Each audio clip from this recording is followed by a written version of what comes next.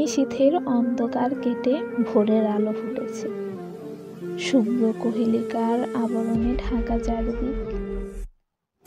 বিন্দু বিন্দু শিশির জমে আছে দূর্বা ঘাসের ডগায় আর গোলাপের পাপড়িতে, ঝরে পড়া শিউলি ফুলে। কলা গাছে গাছে সুকণ্ঠিত বিহঙ্গের মৃদু কলরব। হিমেল হাওয়ার স্পর্শে শরীরে শিহরণ বয়ে যাচ্ছে।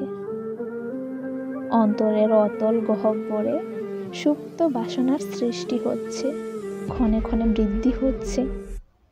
এই বাসনা তোমাকে দেখার বাসনা, তোমার গাঢ় কাজলের মোড়কে আবদ্ধ চোখে বিলীন হওয়ার বাসনা। রোজ প্রভাতে নিয়ম করে তুমি বারান্দায় আসো, হাত ভর্তি নীল চুড়ি, কপালে নীল টিপ আর চোখ জোড়ায় মোহনীয় কাজলের মোড়কে আবদ্ধ। এক হাতে চায়ের কাপ, আরেক হাতে সুনীলের কবিতার বই। নব যৌবনা প্রজাপতির মতো তোমার নয়ন যুগল ছুটে চলে এক পাতা হয়ে অন্য পাতা।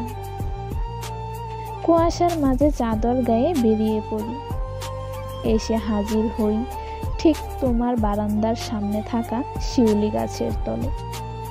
নিষ্পলকে তোমাকে দেখি, তোমার বই পড়া, আপন মনে কবিতা উড়ানো। উষ্ণ চায়ের কাপে তোমার কোমল অধরের তৃপ্তির চুমুক আমার হৃদয়ে ভালো লাগার স্রোতে বয়ে যায়।